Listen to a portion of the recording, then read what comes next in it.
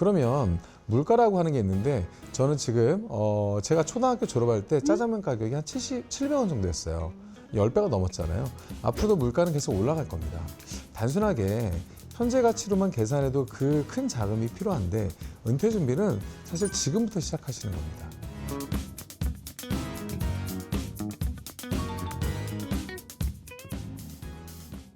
그렇습니다.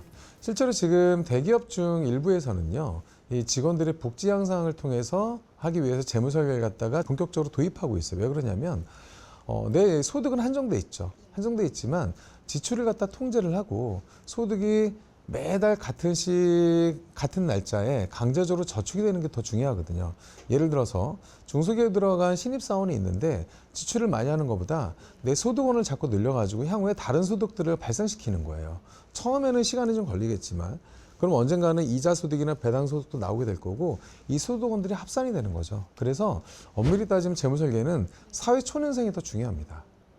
통장을 갖다가 분리를 해서 저축을 더 해야 되고 또 지출 통제를 해야 되고 매달 내가 쓰는 돈을 예를 들어 이런 거죠. 300만 원을 받는데 저축을 150만 원을 해요. 그러니까 내가 들어가는 돈은 약 한 100만 원 정도 됩니다. 또 어떤 달에는 돈이 더 들어갈 수가 있죠. 그러면 그런 것들을 위해서 비상자금 통장을 하나 만들어 놔요. 그럼 부족한 달에는 여행 갈 때는 거기서 빌려서 쓰고 그리고 다시 평달에는 아껴서 거기다 맡겨 놓는 거죠. 그러니까 쓰는 돈은 늘 일정해야 되는 거예요. 하지만 내 저축 금액은 항상 더 많이 들어가야 되는 거겠죠. 이런 통제를 통해 가지고 이런 분들이 부자가 되세요. 돈을 많이 버는 것도 중요한데 지출 통제가 안 된다고 하면 많이 모을 수가 없습니다. 정말 이제 부자가 되신 분들은 부모님한테 받아서 된 분들도 있지만 그리고 그렇지 않고 사회 초년생부터 차근차근 돈을 모아서 가신 분들이 훨씬 더 잘 사세요. 기본적으로 저는 이제 투자 설계를 많이 하고 있는데 투자라고 하는 거는 1,000만 원을 투자해서 2,000만 원 만들거나 1억 원을 투자해서 2억 원을 만든 게 아니고요. 지금 물가 상승률이라는 게 있기 때문에 우리가 은행에만 돈을 넣으면 물가 상승률이 5%고 은행 예금이 3%면 마이너스가 나잖아요. 그래서 물가 상승률을 넘어서는 그런 합리적인 경제 활동을 하는 거예요. 그러니까 투자 이론하고 실제대로만 하게 되면 별로 실패하지 않는데 단순하게 이제 포모 현상이라고 하죠. 남들이 돈을 많이 벌게 되면은 내가 똑같이 따라가는. 특히 지금 같은 경우에는 주식시장이 조금 고평가돼 있습니다. 약간 좀 특이한 상황이에요. 지금 같은 경우에는 이제 금리가 또 미국 금리가 좀 인하되고 있기 때문에 이런 매크로를 봤을 때는 채권 투자에 조금 관심을 가지시는 게 좋습니다. 그리고 말킬의 채권의 이제 법칙이라는 게 있습니다. 보시면 금리 인하기에 어떻게 투자를 해야 되는지 저쿠폰에 만기가 긴 채권을 투자하시면 좋거든요. 미국 쪽에. 미국은 금리가 올해는 한 2번, 내년에는 한 3번 정도 이렇게 예상이 되고 있어요. 금리 인하가.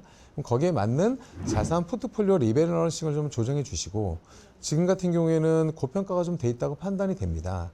그러면은 적립식 투자를 통해 가지고 약 2년이나 3년 정도의 주식형을 분할해서 매수하시면 실패하지 않는 투자가 될 겁니다. 한 400만 원이라고 하면은 현재 가치로요. 그 1년이면 얼마죠? 약 5천만 원 정도 되죠. 그런데 60세 은퇴하셔가지고 현재 평균 수명보다 조금 더 많이 한 90세까지만 이제 사신다고 해도 약 30년이면 15억 정도의 현재 가치의 돈이 필요한 거죠. 그러면 물가라고 하는 게 있는데 저는 지금 제가 초등학교 졸업할 때 짜장면 가격이 한 700원 정도였어요. 10배가 넘었잖아요. 앞으로도 물가는 계속 올라갈 겁니다. 단순하게 현재 가치로만 계산해도 그 큰 자금이 필요한데 은퇴 준비는 사실 지금부터 시작하시는 겁니다. 물론 지금 은퇴 준비를 많이 할 수는 없어요.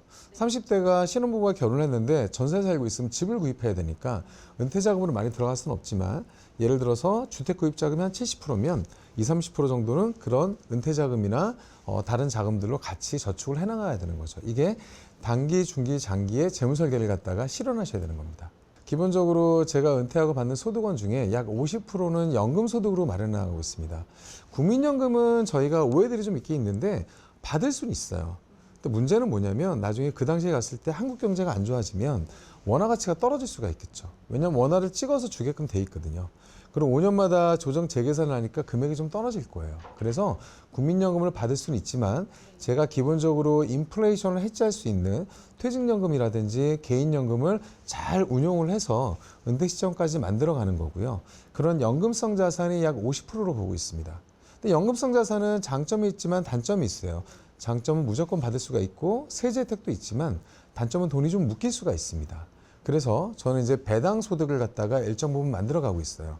이 배당 소득이라고 하는 거는 우리나라에 이제 배당을 주는 국내 기업들도 있지만 사실 우리나라는 이 배당을 주는 국내 기업들이 이 월배당이나 분기배당 해주는 회사가 많지는 않아요. 약 한 15개 정도밖에 안 됩니다. 그래서 미국에는 월배당이나 분기배당을 많이 해주는 회사들이 많이 있습니다. 오래된 회사들, 존슨앤존슨이라든지 뭐 코카콜라나 뭐 P&G 같은 회사들은 전통적으로 배당을 많이 주는 회사들이거든요. 그런 배당 주식들을 잘 모아가지고 일정 부분 배당 소득을 만들고 있고요. 또 하나는 좀 더 있으면 좋은 게 부동산에 임대소득이 있으면 임대소득은 물론 세금도 많이 내야 되고 그렇지만 실물자산이 좀 올라가는 인플레이션을 해지할 수가 있어요. 그래서 이런 소득원들을 좀 골고루 만들어 나가고 있습니다. 그래서 기본적으로 연금소득이 3층 연금, 국민연금, 퇴직연금, 개인연금이 약 50%, 배당소득이 20에서 30%, 그리고 이자소득은 이자는 좀 낮지만 유동성이 있으니까 한 10% 정도, 그리고 부동산 임대소득까지 같이 해서 이렇게 내 은퇴 자금의 100%를 여러 가지 소득원들로 채워가고 있습니다. 또 하나는 아까 말씀드렸던 원화가 약 70%면 30% 정도는 달러 현금 흐름을 만들어가는 거죠. 그렇게 해야지만 은퇴 생활을 잘 할 수 있는 거죠. 그리고 은퇴라고 하는 게 단순하게 60세, 70세 은퇴가 아니라 경제적으로 은퇴하는 건 지금도 제가 다른 소득원들이 나오고 있고 언제든지 내가 하는 일을 그만둘 수 있다고 하면은 이게 은퇴가 되는 거죠. 그렇기 때문에 이 계획 안에 맞는 그런 합리적인 재무 설계를 통해 가지고 내 인생이 훨씬 더 편해질 수 있고 마음이 편해질 수 있고 본업에 집중을 할 수가 있습니다. 그래서 체계적인 재무 설계를 통해서 내 인생 설계를 다시 한번 하시기를 권유드립니다.